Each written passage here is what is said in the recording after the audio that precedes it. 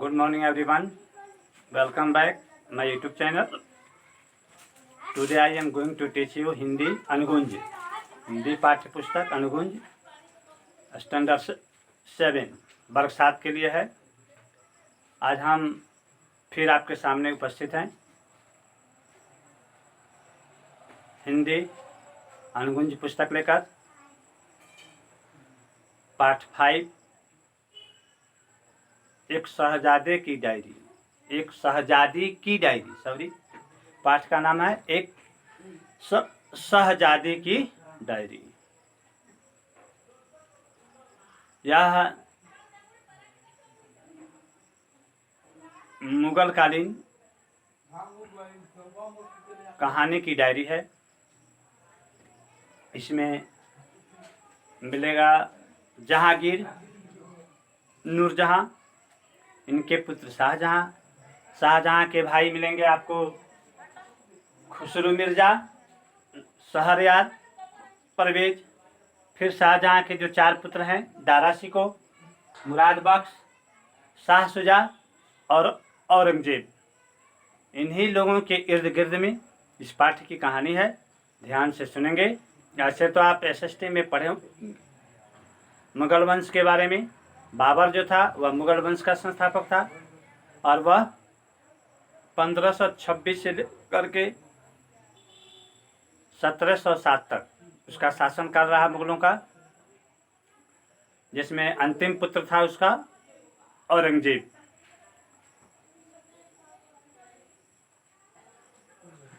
तो मुगल वंश के बारे में इसमें कुछ चर्चा की गई है. इसको हम पढ़ेंगे. एक शहजादी की डायरी.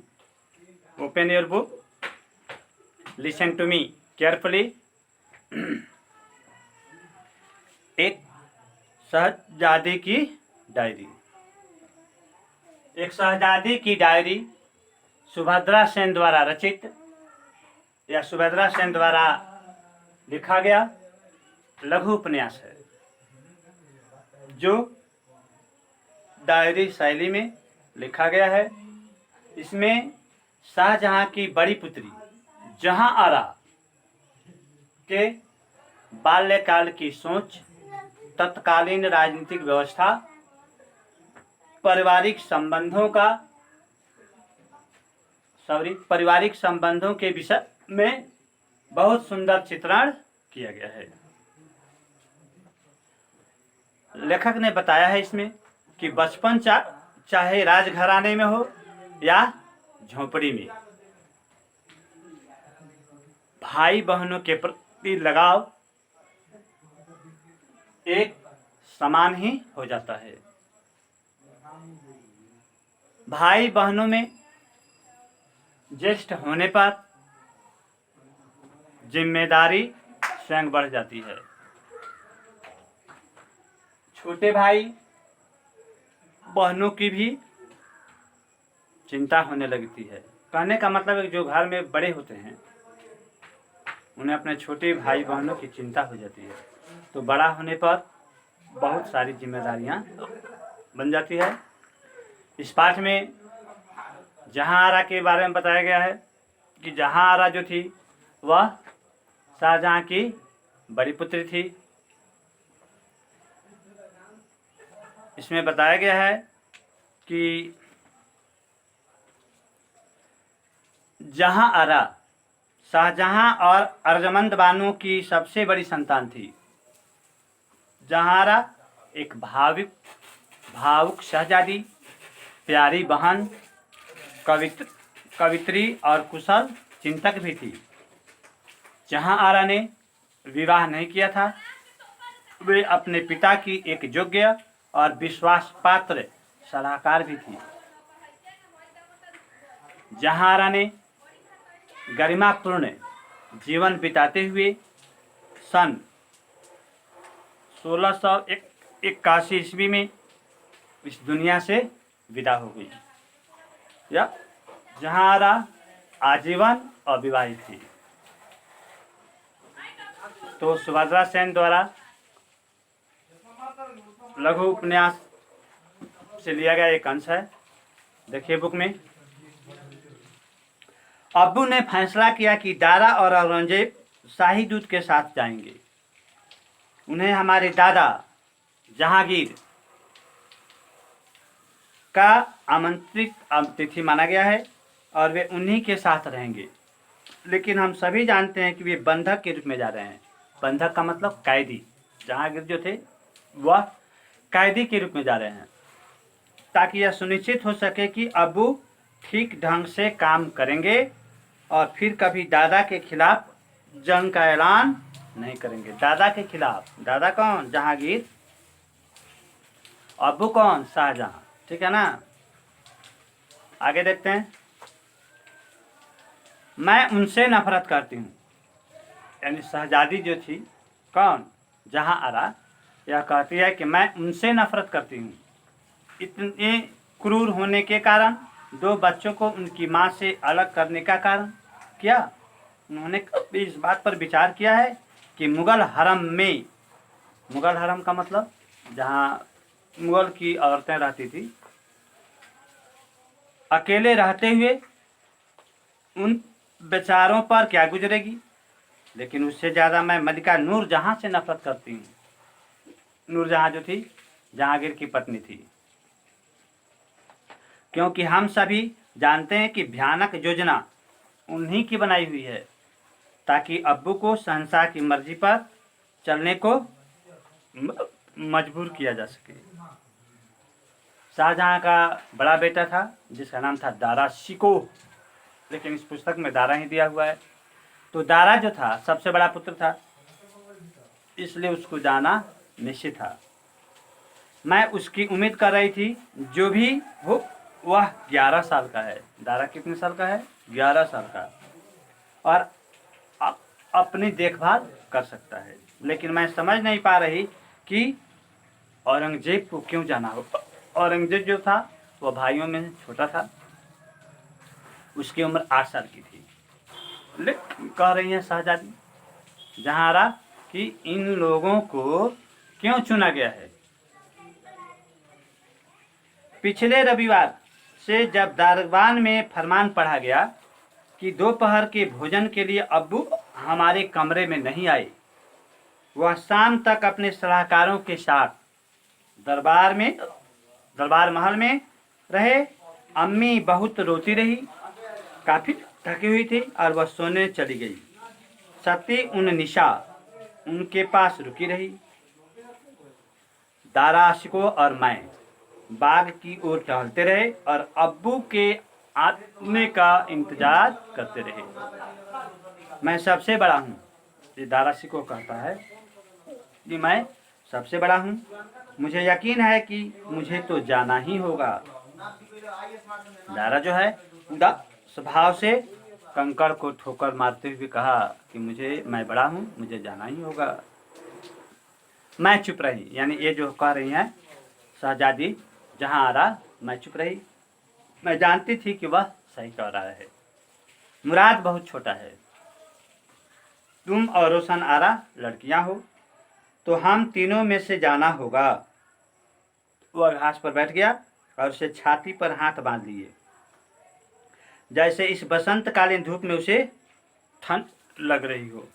मैं जानता हूँ सबसे पहले अब्बू मुझे चुनेंगे, शायद सुजा, और मुझे जाना होगा। मैं भी ऐसा ही सोचती हूँ। इस शहजादी का मैं भी ऐसा ही सोचती हूँ। मैं उसके पास बैठ गई और अपनी एक बाह मैंने उसके कंधे पर रख दी। मैं अब्बू से पूछूंगी, शायद तुम्हारे और सुजा के साथ मैं भी चलूं, मतलब अपने जाने के लिए कह रही है। वह मुड़ा, उम्मीद भरी नजरों से देखते हुए मुझसे बोला। क्या बोला? क्या तुम चलोगी? मैंने सिर हिलाया, मतलब हाँ में। फिर हमने देखा कि अब्बू नीचे रास्ते पर आए और अम्मी के कमरे की तरफ चले गए।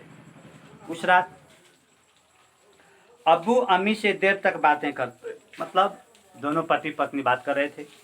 कभी कभी उनकी ऊंची आवाजें सुनाई दे रही थी। लग रहा था कि डांट फटकार कर रहे हों अम्मी के विरोध में, और अब्बू की उनकी ढांढस बढ़ाते हुए।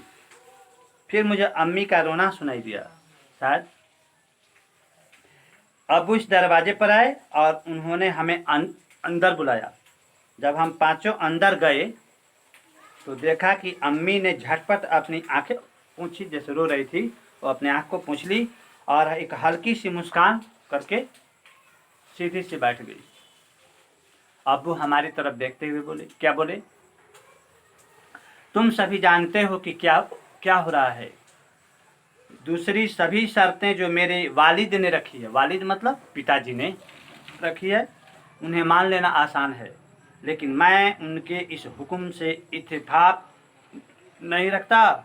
मैं अपने बेटों को आगरा भेज दूँ। फिर कह रहे हैं, लेकिन आप उन्हीं हुक्म उदुली नहीं कर सकते, मतलब हुक्म को टाल नहीं सकते। औरंगजेब हमेशा की तरह एक अच्छे शतरंज के खिलाड़ी की तरह सभी विकल्पों पर विचार कर रहा था। मैंने पहले भी देखा है कि वह बहुत सुंदर, मतलब बहुत तेजी से सोचता है, लेकिन उत्तेजित या क्रोधित बहुत कम होता है। मैं जाने को तैयार हूँ अब्बू, दारा ने कहा। मतलब दारा सिंह को जो बड़ा बेटा था वो बोला कि मैं जाने को तैयार हूँ। मैं भी, औरंगजेब ने कहा। मुझे अपने भाइयों पर फक्र हुआ। फक्र मतलब गर्व। मुझे अपने भाइयों पर, शहजादी कह रही है, मुझे अपने भाइयों पर फक्र हुआ। कोई भी भयभीत नजर नहीं आया, मतलब जाने में कोई डर नहीं। अब्बू मुस्कुराए। शाबाश, पेश आने का यही सही तरीका है। मुगल शहजादे कभी डरते नहीं, लेकिन यह कोई ऐसी बात नहीं है जिस पर तुम्हारी अम्मी और मैं बहुत सहजता से फैसला हो सके। अपने बेटों से हम कैसे चुन सकते हैं? वह रुके और फिर बोले, मैं सोचता हूँ दारा जाए, क्योंकि वह भाइयों में सबसे बड़ा है। दारा चुप रहा, लेकिन बहादुर देखने की कोशिश करते हुए उसे अपना ऐसे सिर हिलाया। दूसरा कौन? मैं? सुजा ने जानना चाहा। मेरी आशा के प्रतिकूल, प्रतिकूल मतलब विपरीत। अब्बू औरंगजेब की ओर मुड़े और कहा, क्या तुम भी एक बहादुर शहजादे साबित होगे और दारा के साथ जाओगे? औरंगजेब वहां पर खामोशी से सिर हिलाया। लेकिन वह मुझसे छोटा है अब्बू। सुजा ने विरोध किया कि वह मुझसे छोटा है। मैं जानता हूँ, लेकिन तुम्हारी अम्मी और मैं दोनों ही यह महसूस करते हैं कि औरंगजेब काफी होशियार है, उसे जाना चाहिए। मुझे यहाँ दक्कन में अपने पास अपने बड़े बेटों में से एक की जरूरत है, इसलिए सुजा और तुम मेरी मदद के लिए यहीं रहोगे। हमेशा की तरह अब्बू ने इस बात को इतने युक्तिपूर्ण ढंग से रखा कि किसी के दिल को चोट नहीं पहुंची। लेकिन मैं अभी समझ नहीं पा रही थी कि औरंगजेब को क्यों भेजा जा रहा है। यह जहाँ आ कह रही है कि मेरी बात में समझ नहीं आ रही है, नहीं आ रही थी कि औरंगजेब को क्यों भेजा जा रहा था। अब्बू, मैंने सावधानी से अपनी बात रखी। क्या? औरंगजेब सिर्फ 8 साल का है, मतलब बता रही है कि वो कम उम्र का है और वह अपनी देखभाल नहीं कर सकता। ये जहाँ आ कह रही है। अब्बू ने सिर हिलाया। क्या यह बेहतर नहीं होगा कि मैं उसके साथ जाऊं? ये शहजादी जो है जहाँ आ कह रही है, यह अच्छा नहीं होगा कि मैं उनके साथ जाऊं? मैं उसकी और दारा की देखरेख करूंगी। हम तीनों हरम में आराम से रह सकते हैं। शहजादी कर रही है। हाँ अब्बू, औरंगजेब ने कहा। उसके चेहरे पर थोड़ी राहत की झलक थी। पन्ना उलटिए, फिर देखिए। अब्बू ने बेचैनी से अपना सिर हिलाया। बेवकूफ मत बनो। जहां शाही दूत के साथ अकेले सफर पर जाने की इजाजत मैं तुम्हें नहीं दे सकता। क्यों नहीं? परेशान होकर मैंने पूछा। जहां परेशान होकर पूछती है, क्योंकि तुम एक लड़की हो। अब्बू की जगह अम्मी ने उसका जवाब दिया। मैंने उसकी अम्मी जो है बोले कि क्यों? कि तुम लड़की हो। मेरी कोई बेटी अपने वालिदैन के बगैर सफर नहीं कर। वालिदैन मतलब माता पिता। कह रहे कि मेरी कोई भी बेटी अपने वालिदैन यानी माता पिता के बगैर सफ़र यानी यात्रा नहीं कर सकती। अब्बू ने निर्णयात्मक ढंग से बहस को ख़त्म कर दिया। मैंने अब शहजादी करे कि मैंने औरंगजेब के चेहरे की ओर देखा। उसकी आंखों में उसकी आंखें आंसुओं से भरी हुई थी। मैंने देखा कि उन्हें हमसे छुपाने के लिए उसने सिर को झुका लिया। अगले जुम्मे की सुबह मैं आज बहुत सुबह जल्दी उठ गई, फिर सो न सकी। इन दिनों मैं अक्सर सो जाती हूँ और उठती हूँ तो दिन गिनते हुए उठती। मैं सोचती आखिर कब तक अब्बू शाही दूत को इंतजार कराते रहेंगे। दूत ने अभी तक कुछ नहीं किया था, न ही अपने सफ़र की तैयारी शुरू की थी। वह आराम फरमा रहा था जिसे उसे पूरी तरह जरूरत थी, और अब्बू के आदमी इस बात को सुनिश्चित करते कि शाही दूत और उसके साथ आए लोगों के आमोद प्रमोद में, मतलब मनोरंजन में, किसी की कोई कमी नहीं रह जाए। उनके लिए नाच गानों के आयोजन किए जा रहे हैं। वे अक्सर घुड़सवारी और शिकार का लुत्फ उठा रहे हैं। फिर भी एक दिन उन्हें अपनी वापसी का सफ़र शुरू करना ही होगा। फिर यहाँ कह रही है जहारा, मैं अपने डूबते दिल के साथ मैं ज्यों-ज्यों दिन बीत रहे हैं उनकी गिनती कर रही हूँ। दारा के चले जाने पर मैं क्या करूँगी, किसके साथ बातें करूँगी। माड़ू में अकेला वही मेरा दोस्त है। मुझे बिस्तर पर पड़े रहना अच्छा नहीं लगता। तब लगता है जब मेरी सारी चिंताएं राक्षसों की झुंड की तरह मेरे सिर पर इकट्ठी हो रही हूँ। ऐसा क्यों होता है? चिंताएं रात के समय और गहरी होती है। मैंने फैसला किया कि अब मुझे रुठ जाना चाहिए, अब मुझे उठ जाना चाहिए। बाहर की तरह रोशनी फैलने लगी थी, मतलब सुबह होने लगा था। अभी भी सभी सोए पड़े थे।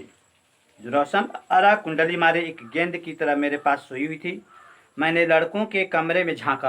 रजाई के अंदर दारा एक टीले सा नजर आ रहा था। सुजा अपने बिस्तर पर पसरा पड़ा था। तभी मैंने ध्यान दिया कि औरंगजेब का बिस्तर खाली है। मैं परेशान हो गई, चारों तरफ देखा, भाई गया कहाँ। मैं सती उन्नीसा से पूछना चाहती हूँ। सती उन्नीसा उसकी बहन है, लेकिन वह इबादत कर रही थी, मतलब प्रार्थना कर रही थी, पूजा।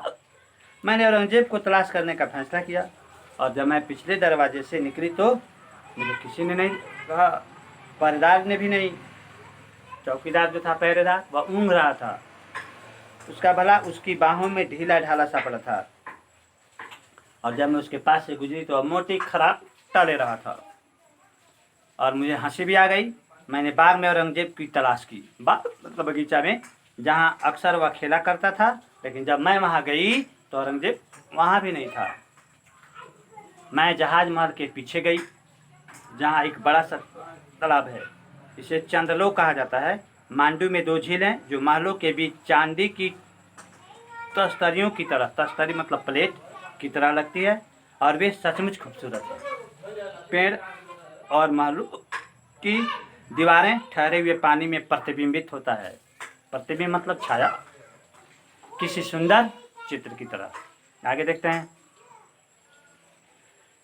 मैंने औरंगजेब की छोटी सी झुकी हुई काया मतलब शरीर को तालाब के किनारे बैठे देखा। वह उदास भाव से पानी को निहार रहा था। उसने घास पर मेरे कदमों की आवाज़ नहीं सुनी, और जब मैं उसके बगल में बैठी तो उसे मुझे देख करके चकित हो गया। उसके चेहरे पर एक हल्की सी मुस्कान उभरी। वह मेरे और करीब खिसक आया। कभी कभी वह कितना अकेला, वह दारा और रोशनारा की तरह नहीं था। वह बहुत कम बोलता था।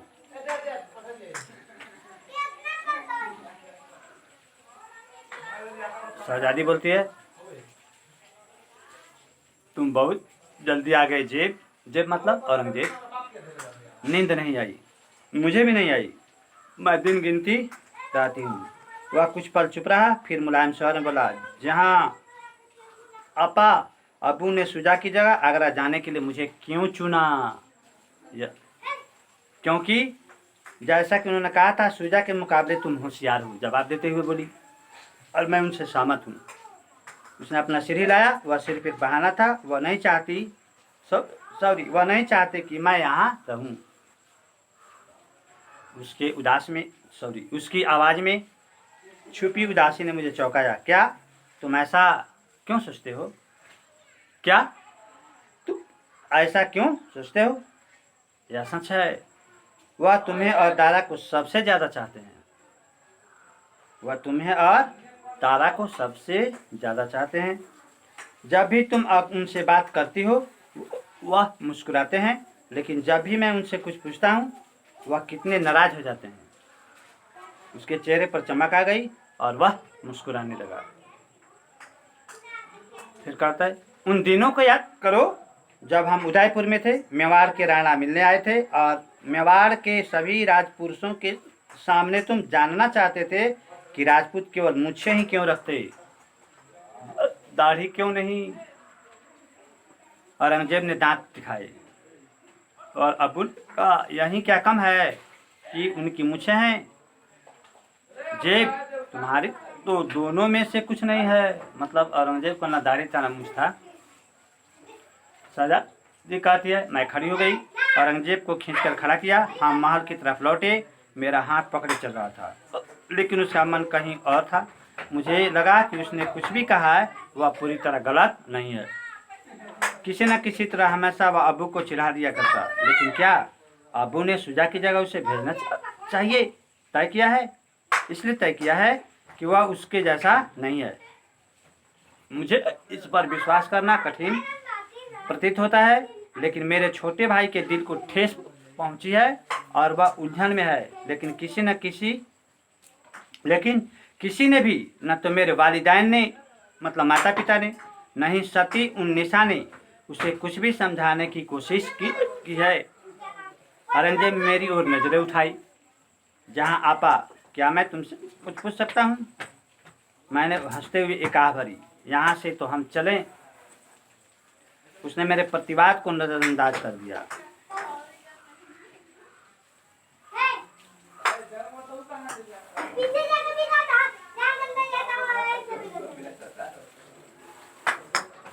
उसने मेरे प्रतिवाद को नजरअंदाज कर दिया। उसका चेहरा एक पूर्ण विचार मुद्रा में खिंच गया। अच्छा, अबूदा के सबसे प्यारे बेटे हैं ना?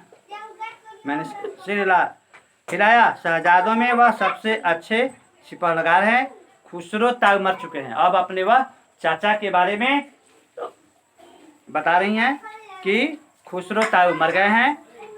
परवेज और शहरयार बिल्कुल निकम्मे हैं, है ना परवेज? है ना परवेज चाचा? हाँ, और वह पीटे रहते हैं। और शहरयार बेवकूफ़ किस्म के इंसान है। मतलब शाहजहाँ के भाई के बारे में बता रही हैं कि एक है खुसरो ताऊ, दूसरा परवेज, तीसरा शहरयार, और बता रही है कि शहरयार बिल्कुल बेवकूफ़ किस्म का आदमी है। अम्मी के आगे ऐसे मत कहना। मैं जानती थी कि आगे क्या होने वाला है।